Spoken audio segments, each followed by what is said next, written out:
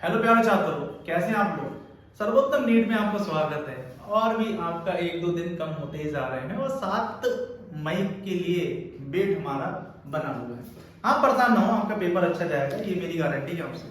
बस आप क्या करें, जितने भी प्रीवियस ईयर के हम क्वेश्चंस करा रहे हैं रिगार्डिंग बायोलॉजी, केमिस्ट्री और साथ में फिजिक्स, उनको आप नियमित तौर पे करते रहें और देखते रहें। और साथ ही जो आपका फ्रेंड है ना, जो बड़ा परेशान है, जो दोस्त बहुत परेशान है कि क्या करेंगे, तो उनसे कहना आप परेशान मत हो। हमारे पास एक विकल्प है जिसका नाम है सर्वोत्तम विकल्प, इसलिए परेशान मत हो। और इस बार ध्यान से हम पढ़ाई करेंगे, बहुत ध्यान से समझेंगे, क्योंकि सर हमारा काम PYQ कराने नहीं है, हम उससे रिलेटेड जो कॉन्सेप्ट है वो भी बताते हुए चल रहे हैं।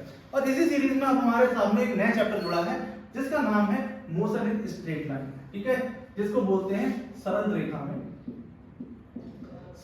में गति, जैसा कि आपको पता है, ठीक है। तो इसमें इसके थोड़ा सा स्टैट्स है, इस स्टैट्स में हमने अगर की सारी चीजें देखी हैं, ठीक है। अब हम देखते हैं, पहले इसका आकलन करते हैं कि इसका आकलन किस प्रकार का है, ठीक, देखते हैं।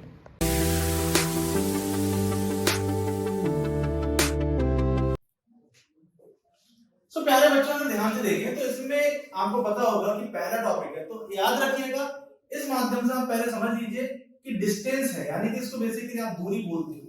ये डिस्प्लेसमेंट है जिसको आप विस्थापन बोलते हो, ठीक है। और यहाँ पर यूनिफॉर्म मोशन, यानी कि एक समान गति। अच्छा, इसके भी सब टॉपिक हैं, जैसे आपका पहला औसत चाल के बाद में बेटा यहाँ पर क्या है, यहाँ पर आपका डिस्प्लेसमेंट टाइम ग्राफ है, ठीक है। और लास्ट टाइम इससे क्वेश्चन आया हुआ है, लास्ट टाइम 2022 में क्वेश्चन आया है, देखिए यहाँ पर। फिर इंटीग्रेशन एंड डिफरेंशिएशन, ठीक है, इंटीग्रेशन एंड डिफरेंशिएशन। उसके बाद एक नॉन यूनिफॉर्म, यानी कि असमान गति है। असमान गति में जैसे सबसे बड़ी चीज है acceleration down the inclined plane and equation of motion. इसका मतलब ये है कि जो आपकी कोई भी इस तरीके की बेस है और उस पर कोई भी व्यक्ति है या कोई भी रोलर है, वो रोटेट कर रहा है और यहाँ पर आ रहा है, तो वो किधर भी जा सकता है असमान, यानी कि इधर भी हो सकता है, इधर भी, उसकी गति का कुछ क्लियर नहीं है। फिर उसके बाद देखा जाए तो इससे एक क्वेश्चन आया हुआ है जो 2021 में हमें मिलता है, रिलेटिव वेलोसिटी की अगर हम बात करें, जिसको हम सापेक्ष गति बोलते हैं, तो सापेक्ष गति की अगर हम बात करें बेटा, तो यहाँ पर इसका यूज ऑफ इक्वेशन के, यूज ऑफ मोशन की हम बात करते हैं, और इस पर 2020 में क्वेश्चन आया था। देन मोशन अंडर ग्रेविटी, यानी कि जो गति है, ठीक है, यानी कि गुरुत्वीय त्वरण के अंतर्गत जो आपकी गति है उसकी बात हो रही है, यानी इक्वेशन ऑफ मोशन की बात हो रही है। तो वेलोसिटी टाइम ग्राफ यहाँ पर यूज हो रहा है। और दूसरा रिवर मैन प्रॉब्लम है, यानी कि जाहिर सी बात है, आपको पता है कि यहाँ पर एक व्यक्ति अगर यहाँ पर है और ये नदी बह रही है, तो इधर से इधर कैसे क्रॉस करेगा, तो उससे रिलेटेड 2019 में क्वेश्चन आया है। तो अमूमन अगर हमने स्टैट्स को देखा है, तो स्टैट्स के माध्यम से अगर देखें, तो स्टैट्स के माध्यम से बात समझ में आई कि यहाँ पर अमूमन मान के चले एक क्वेश्चन से लेके 2 क्वेश्चन तो फंसने हैं और आते ही आते हैं, लेकिन 2018 में कोई भी क्वेश्चन हमारा नहीं है, ठीक है। इसमें छोटी सी बात हुई है जिसका नाम है integration and differentiation. Normal movement में आप बात करें तो नॉर्मल चीज में हम बात कर सकते हैं कि डिफरेंशिएशन और इंटीग्रेशन क्या होता है। भाई आपको अगर डिफरेंशिएशन देखना है, तो जैसे अगर मैं बोलूं कि dy/dx, x की पावर n का अगर मैं बोलूं, तो यहां पर आप बोल सकते हो n x की पावर n-1। बात समझ पाए, एक दूसरे के दोनों इनवर्स होते हैं। तो अगर dy/dx अगर आपसे पूछे कि x की पावर 5 का कितना है, ठीक है, x की पावर 5 का कितना है, तो 5x की पावर 4 हो सकता है। अगर हमसे बोले dy/dx x की पावर 6 पूछे, तो 6x की पावर 5 हो सकता है। पहले बात ध्यान समझिए, ठीक है। अब अगर हमसे इंटीग्रेशन पूछता है, तो इंटीग्रेशन में ध्यान से समझिए, x की पावर n dx का इंटीग्रेशन अगर हमसे पूछा जाए तो किस प्रकार से बताना है, तो n + 1 अपॉन n + 1। इसका मतलब अगर इंटीग्रेशन x की पावर 5 का पूछा बेटा आपसे, तो आप बड़े आराम से बता सकते हैं कि याद रखिएगा, जब इंटीग्रेशन करते हैं तो पावर को बढ़ा लेते हैं, और अगर डिफरेंशिएशन कर रहे हैं यानी कि अवकलन करते हैं, यानी कि ये जो चीजें हैं वो अवकलन की है बेटा, इसकी है बेटा अवकलन की, और ये बेसिकली बात है समाकलन की, हिंदी में से कहते हैं। और आप यहाँ पर इंटीग्रेशन और डिफरेंशिएशन बहुत इंपॉर्टेंट है, काफी जगह पर काम आएगा इसको। तो अगर x की पावर 5 का करना है, तो 5 में जोड़ दो 6/6। आप अमूमन इतना याद रखो, बेसिकली अगर देखा जाए तो जो मैथमेटिक्स के स्टूडेंट होते हैं वो इसे बहुत विस्तार पूर्वक पढ़ते हैं, क्योंकि आईआईटी के एग्जाम में काफी यूजफुल एक टॉपिक बनता है। तो यहाँ पर अमूमन देखा जाए तो यहाँ पर जो लास्ट ईयर के जो क्वेश्चन आए उसमें हमने ये देखा है कि एक क्वेश्चन से लेके 2 क्वेश्चन तक आते हैं। तो कुछ क्वेश्चंस के आधार पर हम देखते हैं कि क्या है, ठीक है, कुछ क्वेश्चंस के आधार पर हम देखते हैं कि एमसीक्यू में लास्ट ईयर प्रीवियस ईयर में कौन कौन से क्वेश्चन आएंगे। तो प्यारे बच्चों यहाँ पर देखते हैं ध्यान से, और ये वाला जो चैप्टर है ये नीट के लिए ही नहीं, अभी आगे जो परीक्षाएं होनी है जो इस समय आज से स्टार्ट होनी है, ठीक है, आईआईटीज के लिए, तो उस एग्जामिनेशन के लिए भी बहुत फायदेमंद है, ठीक है, क्योंकि ये फिजिक्स का टॉपिक है, ठीक है, ऐसा नहीं है कि नीट तो है ही, उसके साथ में ऐसा नहीं कि आईआईटी के लिए। तो यहाँ पर क्वेश्चन देखते हैं बहुत ध्यान से। इसमें बोल रहा है कि डिस्प्लेसमेंट और टाइम का एक ग्राफ दिया हुआ है, ठीक है, बहुत ध्यान समझिए। अब यहाँ पर इस ग्राफ को देखें तो यहाँ पर 2 चीजें दी हुई है कि 2 मूविंग पार्टिकल्स, ठीक है, 2 मूविंग पार्टिकल्स, एक को 30 डिग्री का एंगल बना रहा है, एक 45 डिग्री का। और ये बहुत इंपॉर्टेंट है प्यारे बच्चों कि आप ये जरूर देख लीजिएगा कि किससे बना रहा है, एक्स एक्सिस से बना रहा है या वाई एक्सिस से। अगर वाई एक्सिस से बनाएगा तो वहां पर आपको दिक्कत ना हो, ठीक है, इस बात को समझ लीजिए। तो यहाँ पर पहला एक चीज ध्यान समझिए, इस तरीके से, तो यहाँ पर टाइम का ग्राफ दिया हुआ है, टाइम, और यहाँ पर आप एक समझ रहे डिस्प्लेसमेंट, ये तरीके समझ लीजिए, और यहाँ पर एक तरीके से जो एंगल दिया हुआ है वो 30 डिग्री दिया है। अगले केस के लिए क्या है, अगले केस में भी टाइम है, डिस्टेंस है, और ये 45 डिग्री दिया है। समझ में आया, ठीक है। वेलोसिटी होती क्या है, कि वेलोसिटी का मतलब ये होता है कि वेलोसिटी होती क्या है, वेलोसिटी का मतलब है डिस्प्लेसमेंट अपॉन टाइम, विस्थापन बटे समय, और ये वेक्टर क्वांटिटी होती है। अगर मैं चाल की बात करूं तो दूरी बटे समय होती है। ये बात को समझ में आया, क्योंकि डिस्प्लेसमेंट के बारे में आप सारे लोग जानते हैं। अगर यहां से अगर मैं इस तरीके से पूछूं कि आपको डिस्प्लेसमेंट क्या है, तो अगर जो पार्टिकल इस पाथ को फॉलो करेगा, इस पथ का अनुसरण करेगा, तो वो डिस्टेंस कहलाएगी। यानी कि अगर मुझे यहाँ पे बोलना हो तो ये डिस्टेंस होगी, ठीक है। और अगर मैं इसके फाइनल और इनिशियल पॉइंट को मिला दूं तो ये बेसिकली क्या कहलाएगा, ये कहलाएगा डिस्प्लेसमेंट। अच्छा, टाइम का फैक्टर है, यहाँ से यहाँ पे जाने में समय, तो जाहिर सी बात है डिस्प्लेसमेंट अपॉन टाइम वेलोसिटी। अगर यहाँ से ऐसे में देखें तो डिस्टेंस अपॉन टाइम स्पीड हो जाएगी। तो यहाँ पर ध्यान से देखिएगा कि अगर मैं इसकी बात करूं तो यहाँ पर वेलोसिटी क्या होगी, यहाँ पर v1 की बात करेंगे तो v1 क्या होगा, d अपॉन टी। अच्छा, d अपॉन टी, तो यहाँ पर एक चीज और भी हो गई, क्योंकि अगर आपको ध्यान से पता हो तो ध्यान से बताओ थीटा, जैसा कि आप जानते हैं कि ये आपका बेस हो जाएगा, ये परपेंडिकुलर हो जाएगा, और ये आपका क्या हो जाएगा, हाइपोटेन्यूज हो जाएगा। हिंदी में अगर बात करें तो ये आधार बन जाएगा, ये आपका लंब बन जाएगा, और ये आपका कर्ण बन जाएगा। अब अगर आप tan थीटा को अगर ध्यान से देखें तो tan थीटा क्या होता है, मुख्यतः कई सारे बच्चे कई मूल रूप में देखते हैं कि लाल बटे कक्का, और कई सारे बच्चे देखते हैं पंडित बद्री प्रसाद हर हर बोले, और जो ना बोले उसका दिमाग बोले, ठीक है। तो लास्ट वाला देखो, परपेंडिकुलर अपॉन बेस या लंब बटे आधार, ठीक है, tan थीटा। तो tan theta d upon t हो जाता है। अब tan थीटा की वैल्यू जो है वो आपके 30 डिग्री हो जाएगी, ये d अपॉन t है। इसी तरीके से tan 45 डिग्री हो जाएगा, वो भी आपके d बाई टी हो जाएगी। ये बात समझ में आई कि वो भी आपका d बाई टी यहाँ पर हो जाएगी। अब यहाँ पर ध्यान से देखिएगा, क्योंकि वेलोसिटी आपको बतानी है, तो वेलोसिटी में प्यारे बच्चों v1 अपॉन v2 लिखो, ठीक है। एक वेलोसिटी आपको बतानी है 30 डिग्री पर, एक वेलोसिटी आपको बतानी है 45 डिग्री पर। इस बात को समझिएगा, velocity at 30 degree, velocity at 45 degree. अब अगर tan 30 अपॉन tan 45 डिग्री, अब tan 30 का मान, यहाँ पर त्रिकोणमिति की सारणी आपको बहुत यूजफुल होगी और आपको बताना। तो tan 30 का मान होता है 1/√3, और यहाँ पर 1 होता है। तो यहाँ पर एक छोटा सा बेसिक काम में ये आता है कि a upon b upon c हो, और अगर इस तरीके से ये रेशियो हो तो a अपॉन bc हो जाता है, a अपॉन bc यहाँ पर हो जाता है। तो इसका मतलब ये √3 जो है वो इसके साथ में आ जाएगा, और ये हो जाएगा 1/√3। तो यहाँ पर आंसर कौन सा हो जाएगा हमारा, 1/√3। इसका मतलब इसका आंसर हो जाएगा सी। बहुत ही सिंपल है, और ये 2022 में क्वेश्चन आया हुआ है। यहाँ पर एक क्वेश्चन हमारे सामने और बनता है, इस क्वेश्चन को देखो, पहले इसको देखते हैं। इस क्वेश्चन पे 2017 में, ये 2017 में आया है, और इसकी लैंग्वेज थोड़ा हमें देखना है कि इसकी लैंग्वेज किस प्रकार की है।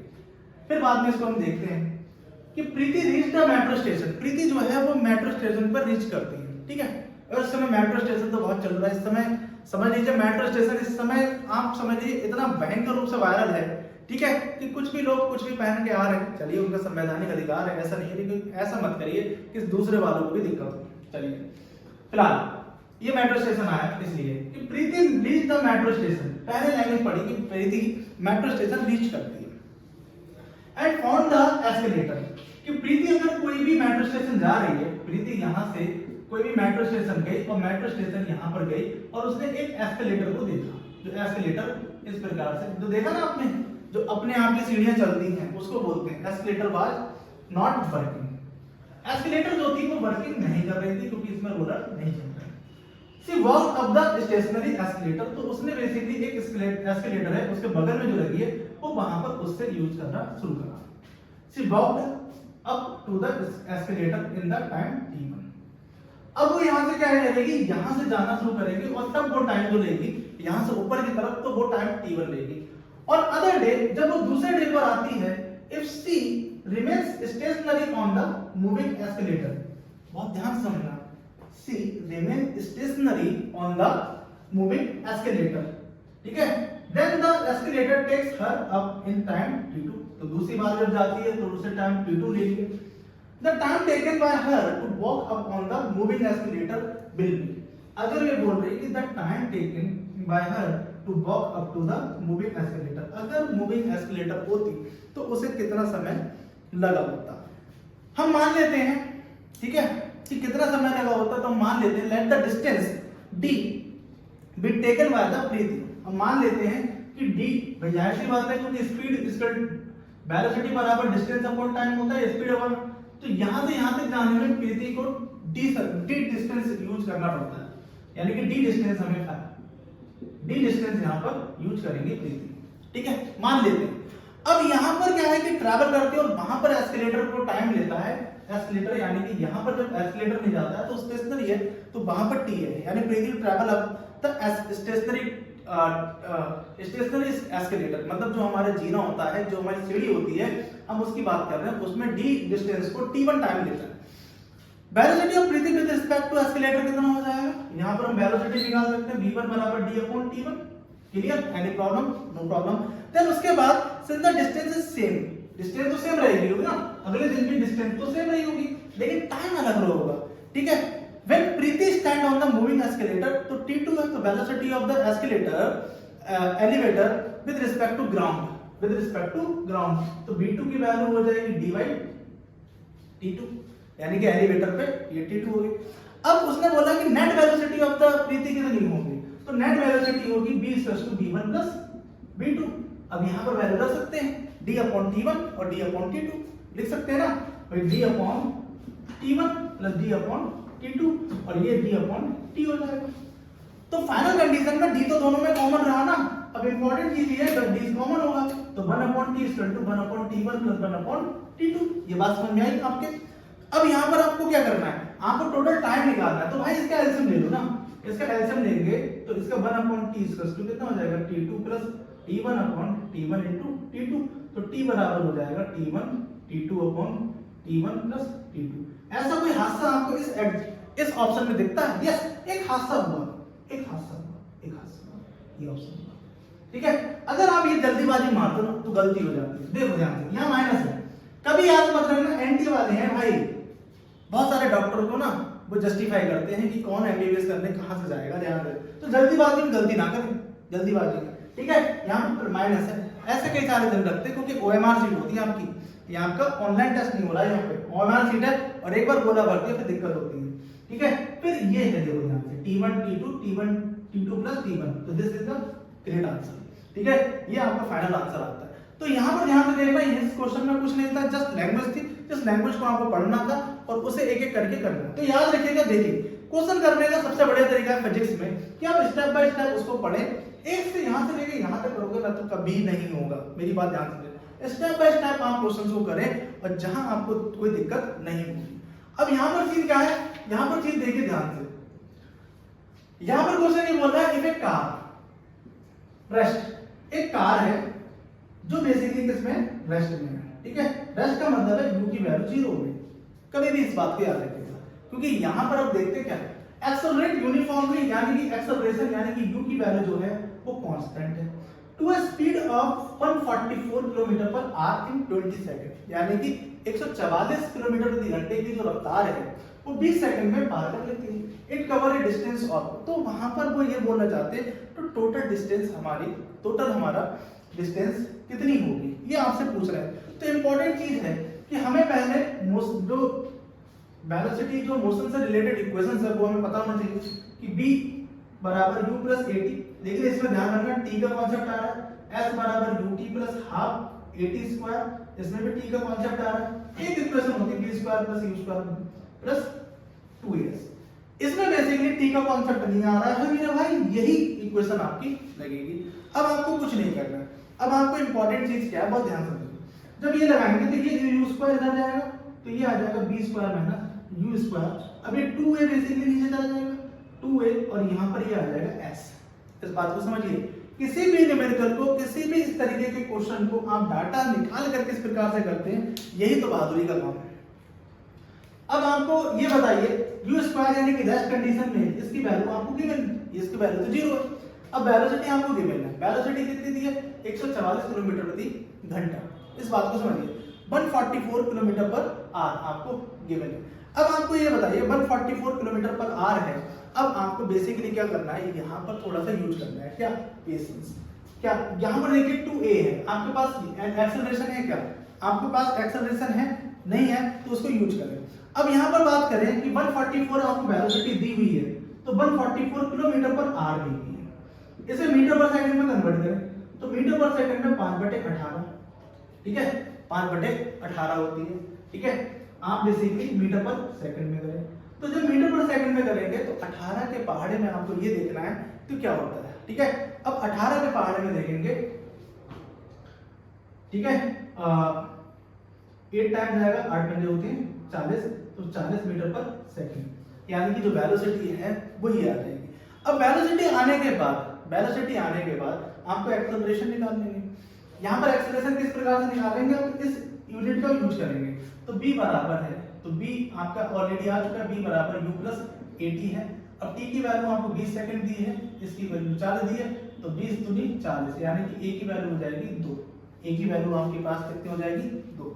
अब आपको फिर कोई दिक्कत ही नहीं, अब 20 का स्क्वायर कर दीजिए, 40 गुणे 40 बटे 2 इंटू a की वैल्यू आपको और बतानी है, a की वैल्यू कितनी है 2, a की वैल्यू कितनी है 2, और यहाँ से बेसिकली आपको आंसर निकाल लेना है और यहाँ से आंसर आपको बताना है कितना होगा। तो यहाँ पर देखिए 2 से काटेंगे 20 और 20 कितना होता है 400, 20 कितना होता है 400। तो यहाँ पर देखिए कि आंसर है, तो इसके लिए आंसर यहाँ पर आपको गिवन है।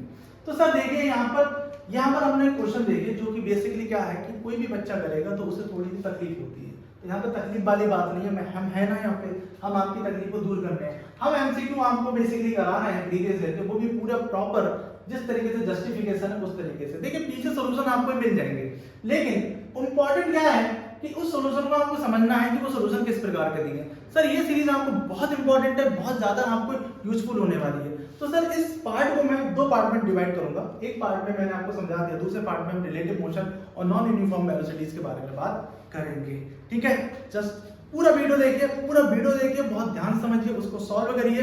तो सर आपको एक इमेजरी, यानी एक इमेजरी तो बोलना गलत है, यहाँ पर एक प्रॉपर पूरी तरीके से एक थीम जनरेट हो जाएगी। इस चैप्टर को कर रहे हैं तो इन फॉर्मूले का यूज होगा, ठीक है, बहुत यूजफुल है। सर वीडियो अच्छा लगा लाइक करें, सब्सक्राइब करें और शेयर करें, और सबसे इंपॉर्टेंट घर पर बैठ कर पढ़ाई करें। और जो दोस्त आपके बड़े परेशान हैं, आप खुद भी हैं बहुत सारी चीजें, तो वीडियो शेयर करें, ठीक है। धन्यवाद, जय हिंद।